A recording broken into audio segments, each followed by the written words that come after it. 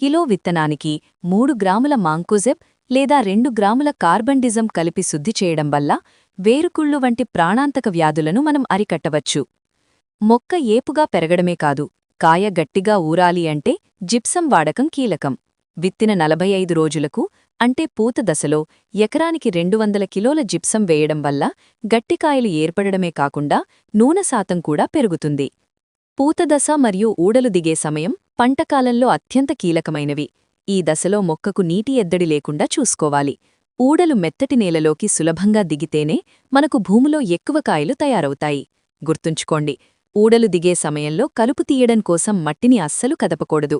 చివరగా, ఆకులు పసుపు రంగులోకి మారి కాయ లోపలి పొర నలుపు రంగుకు వచ్చినప్పుడు పంట కోతకు సిద్ధమైనట్లు గుర్తు.